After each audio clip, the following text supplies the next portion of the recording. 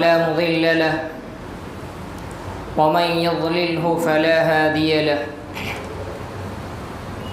وأشهد أن لا إله إلا الله وحده لا شريك له وأشهد أن محمدا عبده ورسوله أما بعد فإن خير الحديث كتاب الله وخير الهدي هدي محمد صلى الله عليه وسلم وشر الأمور محدثاتها وكل محدثة بدعة وكل بدعة ضلالة وكل ضلالة في النار.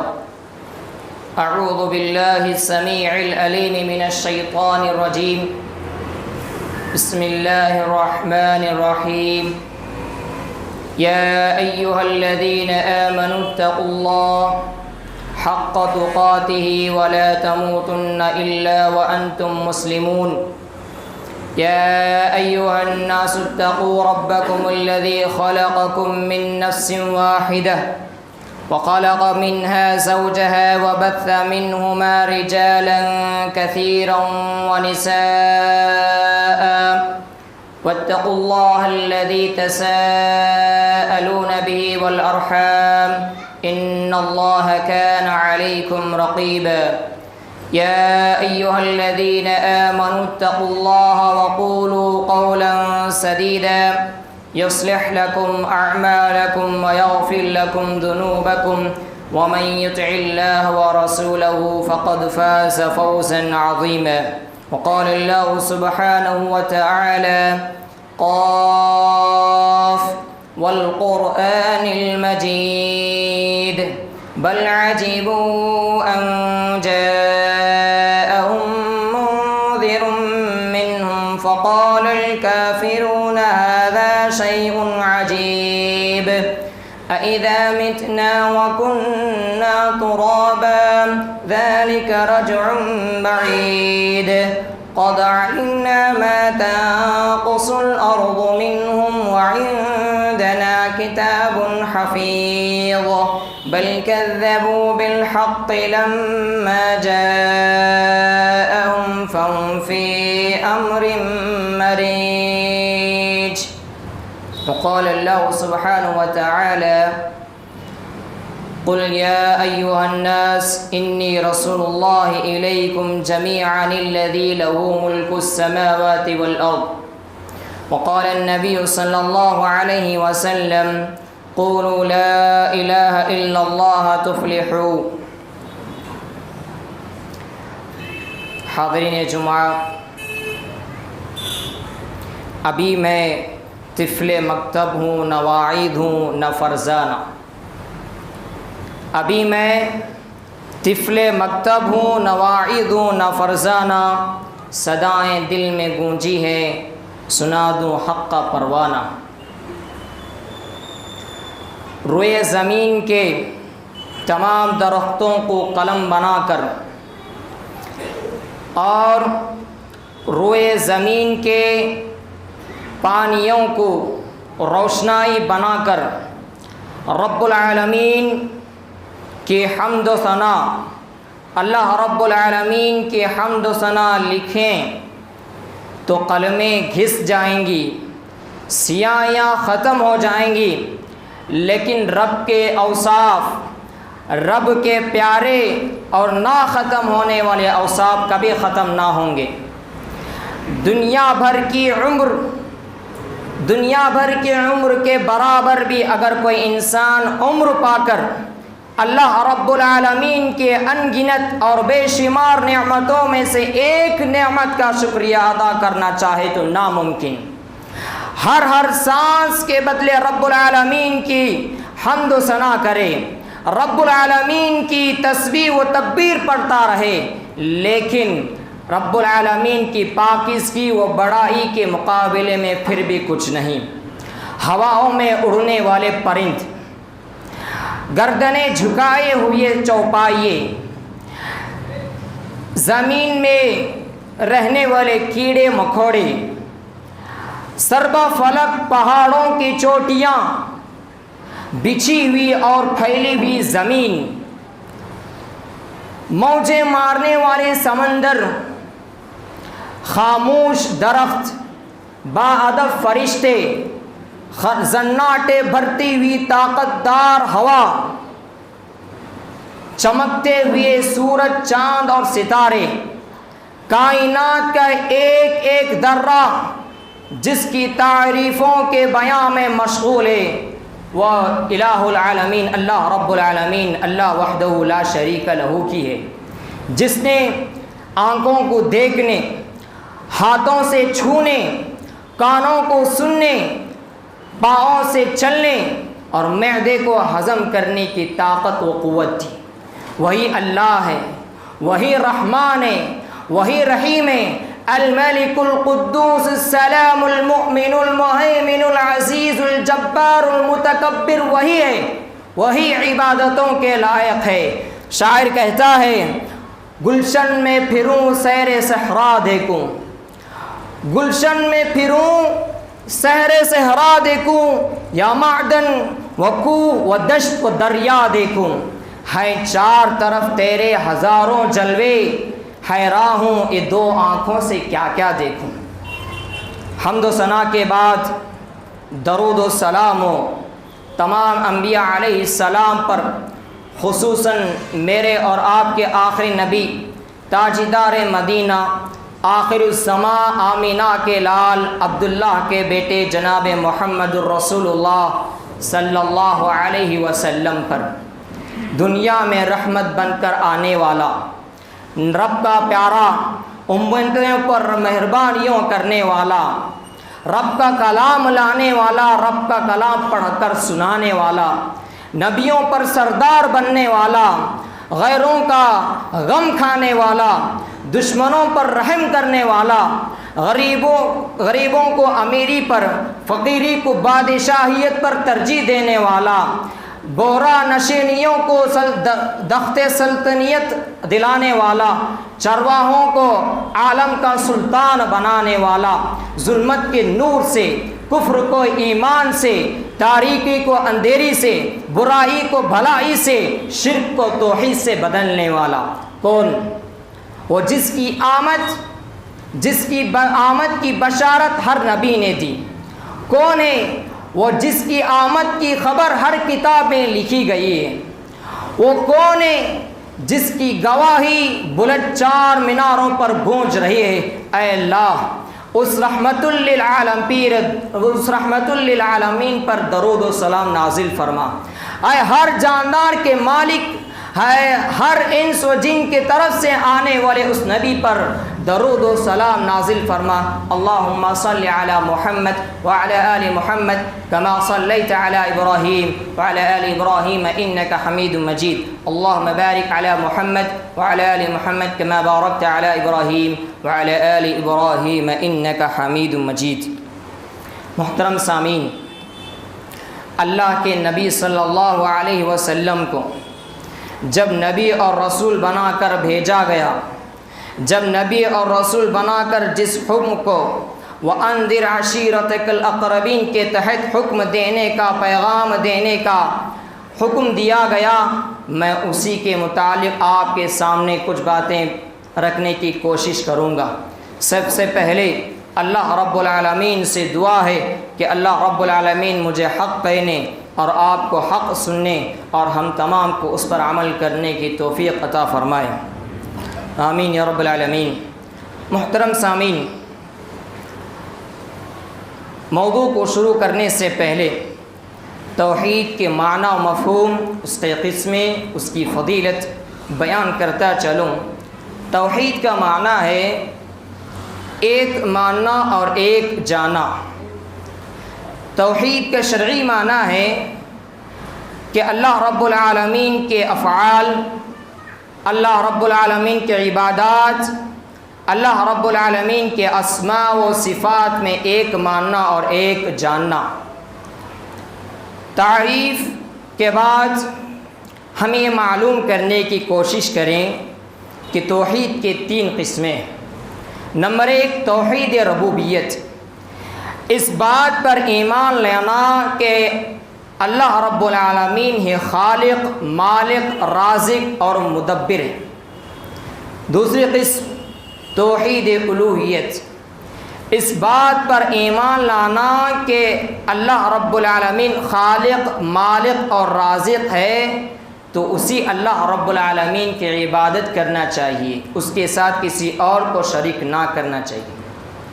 توحید کی تیسری قسم توحید اسماء و صفات، تو اللہ اس بات پر ایمان لانا کہ اللہ رب العالمین کے اسماء و صفات قرآن و حدیث میں جو مذکور ہیں اس کو بغیر کسی تعویل اور تحریف کے تسلیم کرنا۔ محترم سامعین، توحید اللہ کے نبی صلی اللہ علیہ وسلم اس آدمی کو جنت کی بشارت دیتے ہوئے فرمایا، من لقی یشہد ان لا الہ الا اللہ مستیقنا بها قلبہ فبشرہ بالجنہ، جو شخص سچے دل سے، سچے نفس سے یہ کہے کہ اللہ کے سوا کوئی عبادت کے لائق نہیں ہے، تو اللہ کے نبی صلی اللہ علیہ وسلم ایسے انسان کے لیے جنت کی بشارت دی۔ اسی طریقے سے اللہ کے نبی صلی اللہ علیہ وسلم نے فرمایا، فإن اللہ قد حرم علی النار من قال لا الہ الا اللہ یبتغی بذلک وجہ اللہ۔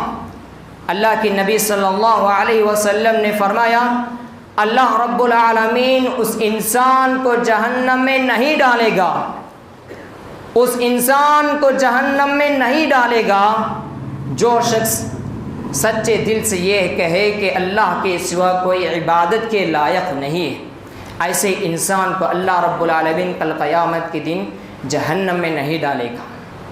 اسی طریقے سے اگر کوئی انسان زمین بھر کے گناہ، زمین بھر کی نافرمانیاں اللہ رب العالمین کے دربار میں لے کر آئے اور اللہ رب العالمین کے ساتھ کسی اور کو شریک نہ کرے، تو اللہ رب العالمین ایسے انسان کے سارے گناہوں کو معاف کرے گا۔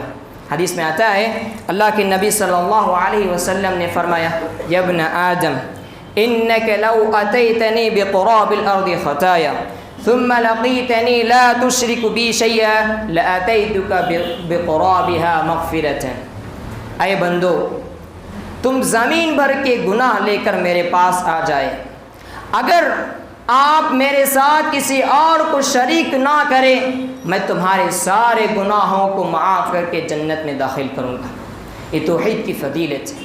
محترم سامعین، ایک انسان کو عقید توحید کی سب سے پہلے کیوں دعوت دینا چاہیے، اس کے کچھ اسباب ہیں۔ آج میرا یہی موضوع ہے، دعوت توحید اولیت کیوں؟ ایک انسان کو سب سے پہلے عقید توحید کی دعوت کیوں دینا چاہیے؟ سب سے پہلا سبب، عالم ارواح میں اللہ رب العالمین ہم تمام سے عہد و پیمان لیا، وعدہ لیا۔ اللہ رب العالمین نے فرمایا، وَإِذْ أَخَذَ رَبُّكَ مِن بَنِي آدَمَ مِن ظُهُورِهِمْ ذُرِّيَّتَهُمْ وَأَشْهَدَهُمْ عَلَىٰ أَنفُسِهِمْ أَلَسْتُ بِرَبِّكُمْ قَالُوا بَلَىٰ شَهِدْنَا أَن تَقُولُوا يَوْمَ الْقِيَامَةِ۔ اللہ رب العالمین آدم علیہ السلام کے پشت سے تمام انسانوں کو نکالا اور فرمایا، أَلَسْتُ بِرَبِّكُمْ، کیا میں تمہارا رب نہیں ہوں؟ تمام لوگوں نے جواب دیا، اے اللہ کیوں نہیں، تو ہی ہمارا رب ہے، تو ہی ہمارا رب ہے۔ محترم سامعین، ہم اپنے نفسوں کو گواہ بنا کر اللہ رب العالمین کے رب ہونے کو تسلیم کر کے آئے ہیں، یہ سب سے پہلا سبب ہے۔ اور اس وعدے کو یاد دلانے کے لیے اللہ رب العالمین انبیاء علیہ السلام کو ہر قوم میں، ہر زمانے میں مبعوث کرتا رہا، یہ دوسرا سبب ہے۔ ہر نبی ہر قوم میں آتے رہے تاکہ وہ اللہ رب العالمین کی وحدانیت لوگوں تک پہنچائے، لوگوں کو اللہ رب العالمین کی بندگی کی طرف دعوت دے، یہ دوسرا سبب ہے۔ اللہ رب العالمین کی وحدانیت، اللہ رب العالمین کی بندگی، اللہ رب العالمین کی بندگی کی طرف دعوت دینے کے لیے اللہ رب العالمین ہر زمانے میں نبیوں کو مبعوث فرماتا رہا تاکہ وہ اللہ رب العالمین کی بندگی کی طرف دعوت دے سکے، اللہ رب العالمین کی وحدانیت کی طرف دعوت دے سکے۔ جب بھی دنیا میں عدل و انصاف کا درہم برہم ہو جاتا، شرک و کفر اور جہالت عروج پر آ جاتی، تو اللہ رب العالمین کی رحمت جوش میں آ جاتی۔ اللہ رب العالمین اپنے خاص مقرب اور منتخب بندوں کو دنیا انسانیت کی طرف بھیجتا تاکہ وہ اللہ رب العالمین کی وحدانیت کی دعوت دے سکے، تاکہ وہ اللہ رب العالمین کی بندگی کی طرف دعوت دے سکے، تاکہ وہ طاغوت کی بندگی سے نکال کر اللہ رب العالمین کی بندگی کی طرف بلا سکے۔ یہ ایک بنیادی کام ہے جسے آدم علیہ السلام سے لے کر نبی آخر الزماں آمینہ کے لال اب جناب محمد الرسول اللہ صلی اللہ علیہ وسلم نے اپنا مشن بنایا۔ ہر پیغمبر اب اللہ کے نبی ہر پیغمبر اللہ کی بندگی کی طرف دعوت دینا، اللہ کی وحدانیت کی طرف دعوت دینا، اصلاح عقیدہ اور شرک سے اجتناب کرنے اپنے دعوت کا محور، اپنے دعوت کا مرکز اور محور قرار دیا۔ چنانچہ حضرت نوح علیہ السلام یہ وہ پیغمبر ہیں جو 950 سال تک اپنے قوم میں دعوت و تبلیغ کا فریضہ انجام دیا۔ حضرت نوح علیہ السلام بت پرستی کے اندھیروں میں بھٹک رہی تھی، اس فساد سے دور رہنے کے لیے حضرت نوح علیہ السلام رات دن چلتے پھرتے اڑتے بیٹھتے اپنی قوم کو سمجھاتے رہے، اپنی قوم کو اللہ رب العالمین کی وحدانیت کی طرف دعوت دیتے رہے۔ اللہ رب العالمین نے فرمایا لقد ارسلنا نوحا الى قومه فقال يا قوم اعبدوا الله ما لكم من اله غيره، اے میری قوم کے لوگوں، تم اللہ رب العالمین کی عبادت کرنا، تم اللہ رب العالمین کی عبادت کرو، تم اللہ رب العالمین کے ساتھ کسی اور کو شریک نہ کرو۔ اسی طرح حضرت ہود علیہ السلام کو اللہ رب العالمین نے قوم عاد کی طرف بھیجا۔ یہ قوم ایسی قوم تھی کہ اللہ رب العالمین نے اس قوم کو ہر طرح کی نعمتوں سے نوازا تھا، بے شمار نعمتوں سے نوازا تھا، لیکن ان نعمتوں کے باوجود اللہ رب العالمین کے ساتھ شریک کرتے رہے، بت پرستی میں غرق ہو چکی تھی۔ چنانچہ حضرت ہود علیہ السلام اپنے قوم کو سمجھاتے رہے، اللہ رب العالمین کی بندگی کی طرف بلاتے رہے، عقید توحید کی دعوت دیتے رہے۔ اسی کا نقشہ اللہ رب العالمین نے یوں کھینچا وَإِلَى ثَمُودَ أَخَاهُمْ صَالِحًا قَالَ يَا قَوْمِ اعْبُدُوا اللَّهَ مَا لَكُم مِّنْ إِلَٰهٍ غَيْرُهُ، اے میری قوم کے لوگوں، تم صرف اللہ رب العالمین کی عبادت کرو، تم صرف اللہ رب العالمین کی عبادت کرو، تم اللہ کے سوا کسی اور کو شریک نہ کرو۔ اسی طرح حضرت ابراہیم علیہ السلام دنیا انسانیت کے وہ عظیم داعی گزرے ہیں۔ حضرت ابراہیم علیہ السلام بت پرستی کا مقابلہ کرنا، اللہ رب العالمین کی وحدانیت کی طرف دعوت دینا، اللہ کی بندگی کی طرف دعوت دینا آپ کی دعوت کا نمایاں پہلو تھا۔ حضرت ابراہیم علیہ السلام کے والد کفر و شرک، بت پرستی کے سب سے بڑے علمبردار تھے۔ بت پرستی کا یہ عالم تھا، ان کی یہ حالت تھی کہ پوری قوم میں ان کی مثال دی جاتی تھی۔ لہذا حضرت ابراہیم علیہ السلام اپنے باپ کو پہلے عقید توحید کی دعوت دی۔ حضرت ابراہیم علیہ السلام نہایت شفقت، ادب و احترام، عزت کے تقاضوں کو مد نظر رکھتے ہوئے، ادب و احترام کے تقاضوں کو مد نظر رکھتے ہوئے فرمایا یا ابت لم تعبد ما لا يسمع ولا يبصر ولا يغني عنك شيئا، اے ابا جان آپ ایسی چیز کی کیوں عبادت کرتے ہیں، آپ ایسی چیز کی کیوں عبادت کرتے ہیں، لم تعبد ما لا يسمع جو نہ سن سکتے ہیں، ولا يبصر اور نہ دیکھ سکتے ہیں، ولا يغني عنك شيئا اور وہ کسی چیز کے مالک نہیں ہے، اور وہ کسی چیز کو فائدہ پہنچانے والے نہیں ہیں۔ محترم حضرات، کہ حضرت ابراہیم علیہ السلام نے سب سے پہلے اپنے والد کو عقیدۃ توحید کی دعوت دی. اسی طرح حضرت یعقوب علیہ السلام کی پوری زندگی دعوت دین میں گزارتی. حضرت یعقوب علیہ السلام جب بستر مرگ پر تھے، جینے کی کوئی امید نہیں تھی، تو حضرت یعقوب علیہ السلام اپنے بچوں کو جمع کر کے وصیت کرتے ہیں. اس وصیت کو اللہ رب العالمین نے قیامت تک کے لیے یوں ہی محفوظ کر رکھا ہے. اللہ رب العالمین نے فرمایا، حضرت یعقوب علیہ السلام جب بستر مرگ پر تھے تو وہ اپنے اولاد کو بلاتے ہیں اور کہتے ہیں ما تعبدون من بعدی، اے میرے اولاد، میرے اس دنیا سے چلے جانے کے بعد، میرے اس دنیا سے انتقال کرنے کے بعد تم کس کی عبادت کرو گے؟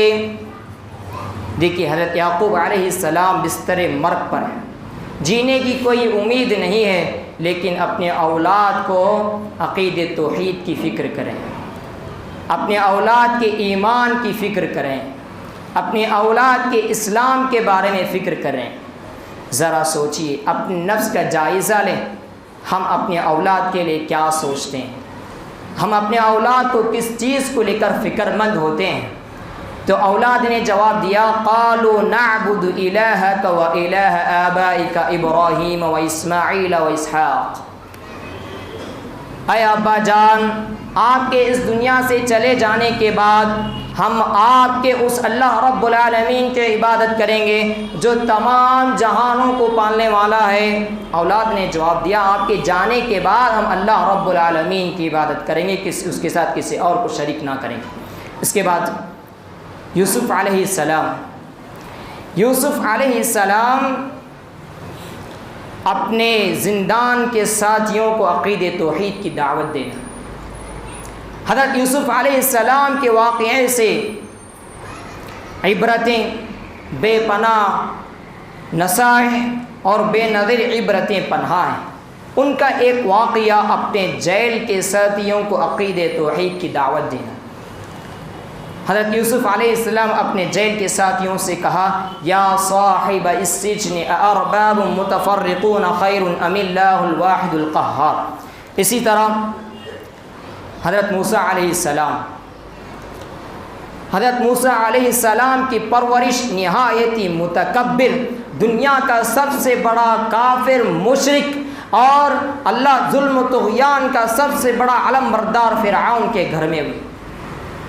فرعون نے ظلم و استبداد، ہر طرف ظلم و ستم کا گہوارہ مچا دیا تھا، ہر طرف ظلم و ستم پھیلا رکھا تھا. اس کا سب سے پہلا جرم یہ تھا کہ اس نے انا ربکم الاعلی کا دعویٰ کیا. تو رب العالمین نے موسیٰ علیہ السلام کو فرعون کی طرف بھیجا تاکہ اس کے غرور و تکبر اور اس کے دعوی ربوبیت پر پرزور دلائل سے توڑ کریں. اللہ رب العالمین نے فرمایا اذهب الى فرعون انه طغى، اے موسیٰ آپ جاؤ، فرعون نافرمان بندہ بن چکا ہے. موسیٰ علیہ السلام فرعون کے دربار میں جاتے ہیں اور کہتے ہیں وما انا رسول رب العالمین، میں رب العالمین کے جانب سے بھیجا گیا ایک رسول ہوں. تو فرعون نے کہا وما رب العالمین، اے موسیٰ میں اپنے سوا کسی اور کو رب نہیں مانتا، میں اپنے سوا کسی اور کو رب العالمین نہیں جانتا، نہیں پہچانتا. موسیٰ علیہ السلام نے فرعون کے نظر کرتے ہوئے ربوبیت کی دلیل پیش کی. فرمایا رب السماوات والارض وما بینہما ان کنتم موقنین، اے فرعون میرا رب وہ ہے جو آسمان اور زمین اور اس کے درمیان جتنے بھی چیزیں ہیں اس کو پیدا کرنے والا ہے. ظاہر سی بات ہے فرعون انسان، آسمان اور زمین اور اس کے درمیان جتنے بھی چیزیں ہیں اس کو پیدا کرنے والا نہیں تھا. اس لیے اپنے دربار میں بیٹھے ہوئے لوگوں کو بہکانے لگا، ابھارنے لگا، بھڑکانے لگا. فرمایا قال لمن حوله الا تستمعون، اے میرے دربار میں بیٹھے ہوئے لوگوں، یہ دیکھو موسیٰ علیہ السلام کیسے عجیب و غریب باتیں کرنے لگا ہے، یہ دیکھو موسیٰ کیسے عجیب و غریب لطیفے کہانیاں سنانے لگا ہے۔ موسیٰ علیہ السلام فرعون نے اپنے دربار میں بیٹھے ہوئے لوگوں کو بھڑکانے لگا تو موسیٰ علیہ السلام نے بھی انہیں بھی خطاب میں شامل کرا، فرمایا ربکم و رب آبائکم الاولین، جو تمہارا اور تمہارے باپ داداؤں کا رب ہے۔ یہ فرعون جو رب بن کر بیٹھا ہے یہ رب نہیں ہو سکتا، رب وہ ہے جو آسمان اور زمین اور اس کے درمیان جتنے بھی چیزیں اس کو پیدا کرنے والا ہے۔ اچھا آپ یہ بتائیے جو آپ کے باپ دادا موجود تھے اس وقت اے فرعون کہاں تھے؟ یہ رب کا دعویٰ کرنے والے صاحب کہاں موجود تھے؟ جب آپ کے اولاد کی اولاد ہوگی، جب یہ مدعی رب کے مدعی صاحب کہاں ہوں گے؟ اب فرعون کے پاس کوئی جواب نہیں تھا تو موسیٰ علیہ السلام کو پاگل، مجنون اور مارنے کی دھمکی تھی۔ محترم سامعین، موسیٰ علیہ السلام نے فرعون کو سب سے پہلے عقید توحید، اللہ رب العالمین کی وحدانیت، توحید ربوبیت کی دعوت دی۔ اسی طرح ہمارے اور آپ کے آخری نبی تاجدار مدینہ احمد مجتبیٰ جناب محمد الرسول اللہ صلی اللہ علیہ وسلم کی سب سے پہلی دعوت عقید توحید کی دعوت تھی۔ اللہ کے نبی صلی اللہ علیہ وسلم قریش کے لوگوں سے کہا قولوا لا الہ الا اللہ تفلحوا، اے قریش کے لوگوں کہو اللہ کے سوا کوئی معبود برحق نہیں، کامیاب ہو جاؤ گے۔ نبی علیہ السلام کی دعوت توحید سابق انبیاء کی دعوت توحید سے الگ تھی۔ سابق انبیاء کی دعوت توحید اپنی قوم، اپنے علاقے کے لیے محدود تھی، لیکن اللہ کے نبی صلی اللہ علیہ وسلم کی دعوت قیامت تک آنے والے انسانوں کے لیے۔ اللہ تعالیٰ نے فرمایا قل یا ایھا الناس انی رسول اللہ الیکم جمیعا الذی لہ ملک السماوات والارض۔ محترم حضرات، ہر نبی ہر قوم میں آئے، انبیاء کا بعثت عقید توحید تھا، ہر قوم میں نبی آتے رہے، اللہ رب العالمین کی وحدانیت کی طرف دعوت دیتے رہے، اللہ کی بندگی کی طرف دعوت دیتے رہے۔ تمام انبیاء کی بعثت کا مرصد اللہ رب العالمین نے ایک ہی آیت میں فرمایا وَلَقَدْ بَعَثْنَا فِي كُلِّ أُمَّةٍ رَسُولًا أَنِ اعْبُدُوا اللَّهَ وَاجْتَنِبُوا الطَّاغُوتَ، تحقیق کہ ہم نے ہر قوم میں رسولوں کو بھیجا تاکہ وہ اللہ رب العالمین کی وحدانیت کی طرف بلائے اور شرک سے اجتناب کرائے۔ اسی طریقے سے تیسرا جو پوائنٹ ہے، تیسرا جو انسانوں کی پیدائش کا مقصد عقید توحید، اللہ رب العالمین نے فرمایا وَمَا خَلَقْتُ الْجِنَّ وَالْإِنسَ إِلَّا لِيَعْبُدُونَ، میں نے جنوں اور انسانوں کو صرف اور صرف اپنی عبادت کے لیے پیدا کیا، صرف عبادت کرنے کے لیے اللہ رب العالمین پیدا کیا، مال جمانے کے لیے نہیں، جائیداد اکٹھا کرنے کے لیے نہیں پیدا کیا، عبادت کرنے کے لیے پیدا کیا، صرف اللہ رب العالمین کی عبادت کرنے کے لیے پیدا کیا۔ ہم اپنے یہاں دنیا میں آنے کے مقصد کو پہچاننے کی ضرورت ہے۔ اسی طریقے سے توحید دین کے 3 بنیادی اصولوں میں سے ایک اہم اصول ہے۔ دین کے 3 بنیادی اصول ہیں، ایک اللہ رب العالمین کو جاننا، اللہ کے نبی صلی اللہ علیہ وسلم کو پہچانا۔ عمومی طور پر ہر ایک انسان کو دین علم کا سیکھنا ضروری ہے۔ اللہ کے نبی نے فرمایا طلب العلم فریضۃ علی کل مسلم، ہر مسلمان مرد و عورت کے لیے علم دین کا سیکھنا ضروری ہے۔ یہی 3 اصولوں کے متعلق ہر مرنے والے انسان سے قبر میں سوال کیا جائے گا۔ حدیث میں آتا ہے وَيَأْتِيهِ مَلَكَانِ فَيُجْلِسَانِهِ، 2 فرشتے قبر میں آئیں گے، میت کو اٹھا کر بٹھائیں گے، سوال کریں گے مَن رَبُّكَ، تمہارا رب کون ہے؟ مومن بندہ کہے گا میرا رب اللہ ہے، ربی اللہ۔ دوسرا سوال پوچھیں گے تیرا دین کون سا ہے؟ تو مومن بندہ کہے گا میرا دین اسلام ہے۔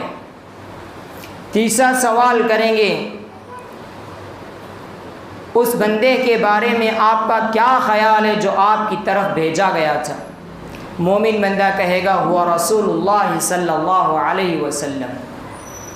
توحید ایک ایسی چیز ہے، انسان پیدا ہونے سے لے کر مرنے کے بعد بھی عقیدہ توحید کے بارے میں، قبر میں توحید کے بارے میں سوال کیا جائے گا۔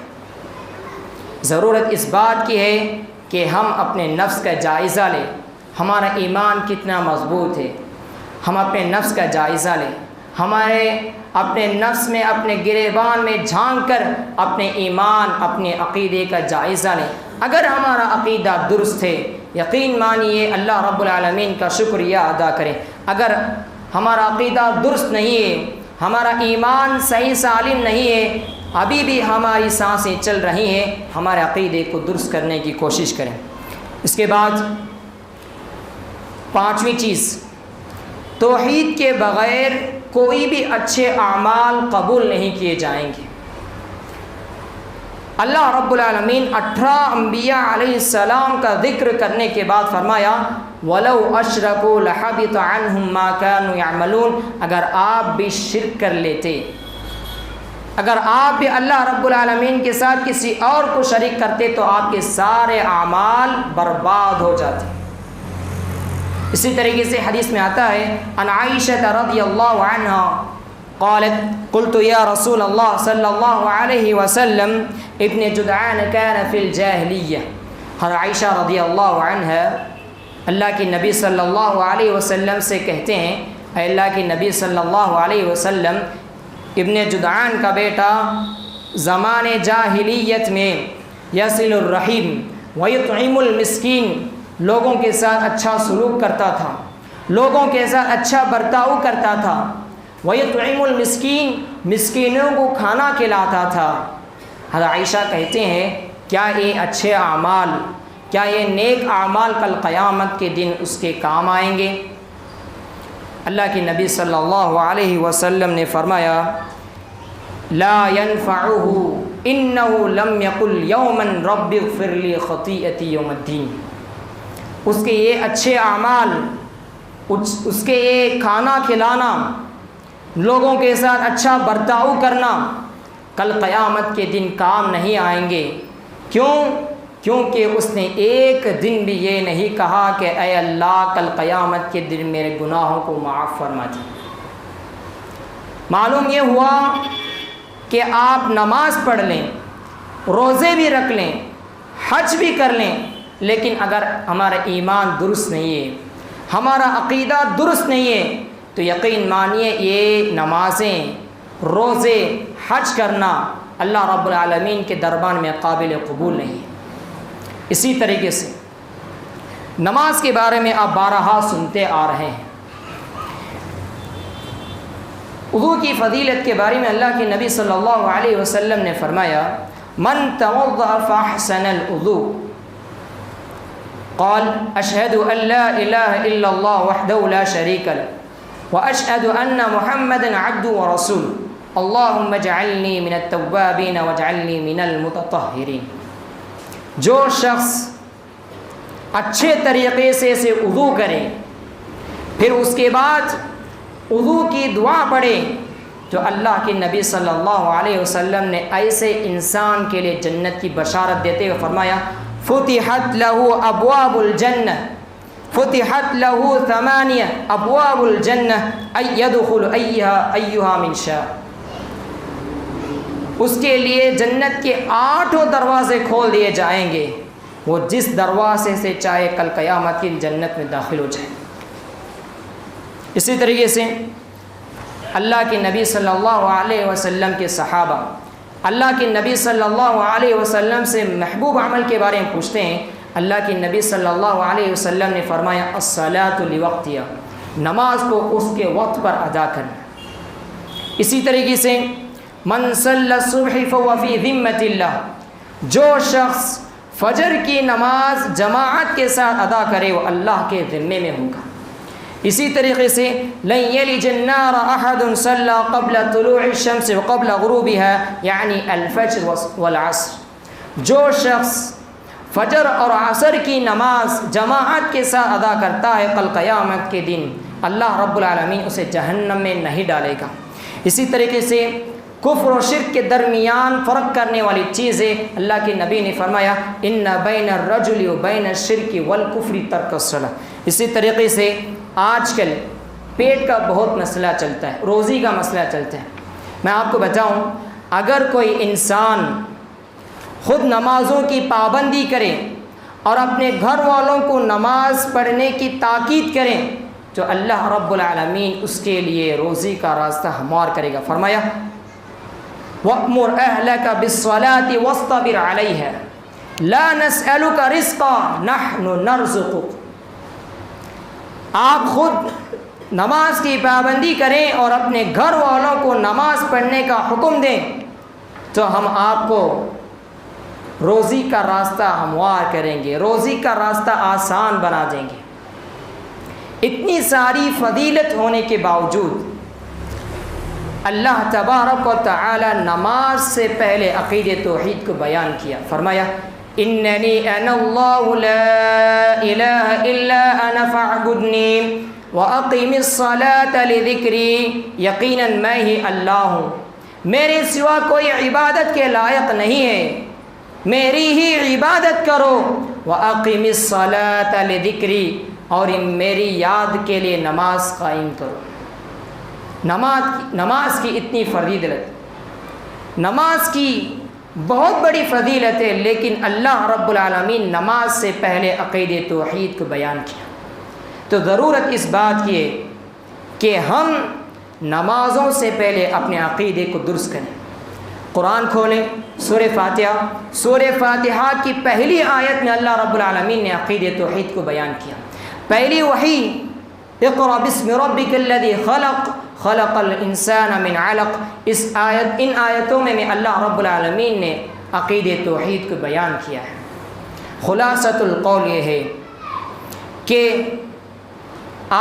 ہم لوگ جتنے بھی نیک اعمال کریں، جتنے بھی نیک اچھے اعمال کریں، اگر ہمارے اعمال اچھے ہوں، ہمارا عقیدہ درست نہیں ہے، ہمارا ایمان صحیح سالم نہیں ہے، تو یقین مانیے ہمارے جتنے بھی یہ نیک اعمال ہیں کل قیامت کے دن کام نہیں آئیں گے۔ تو لہذا سب سے پہلے ہمیں اپنے عقیدے کو درست کرنا چاہیے، اپنے ایمان کو درست کرنا چاہیے۔ جب بھی ہم کسی مسلمان کو دعوت دیں تو عقید توحید کی دعوت دینا چاہیے، اللہ رب العالمین کی وحدانیت کی طرف بلانا چاہیے، اللہ رب العالمین کی بندگی کی طرف بلانا چاہیے۔ یہی آج کے خطبے کا خلاصۃ القول ہے۔ تو امید ہے کہ میری باتیں آپ کے سمجھ میں آئیں گی۔ اللہ رب العالمین سے دعا ہے کہ اللہ رب العالمین ہم تمام کو کہی ہوئی اور سنی ہوئی باتوں پر عمل کرنے کی توفیق عطا فرمائے۔ اللہ تعالیٰ جو بھی لوگ پریشان ہیں اللہ تعالیٰ ان کی پریشانی کو دور کرے۔ اللہ تعالیٰ جو بھی لوگ مصیبتوں میں تکلیفوں میں ہیں اللہ تعالیٰ ان کی تکلیفوں کو دور کرے۔ اللہ جو بھی لوگ مقروض ہیں اللہ تعالیٰ ان قرض ادا کرنے کا آسان راستہ ہموار کرے۔ اے اللہ جو بھی لوگ اس دنیا سے چلے گئے ہیں اللہ تعالیٰ ان کے سارے گناہوں کو معاف فرمائے۔ اے اللہ ان کی قبر کو نور سے منور کر دے۔ اے اللہ ان کی قبر میں جنت کی کھڑکیوں کو کھول دے۔ اے اللہ ان کو جہنم کی آگ سے بچائے۔ اے اللہ ان کو جنت الفردوس میں اعلیٰ مقام عطا فرمائے۔ اے اللہ جب تک زندہ رکھ، اسلام پر زندہ رکھ، اور جب خاتمہ ہو تو خاتمہ بالخیر فرما۔ آمین۔ وما علینا الا البلاغ المبین۔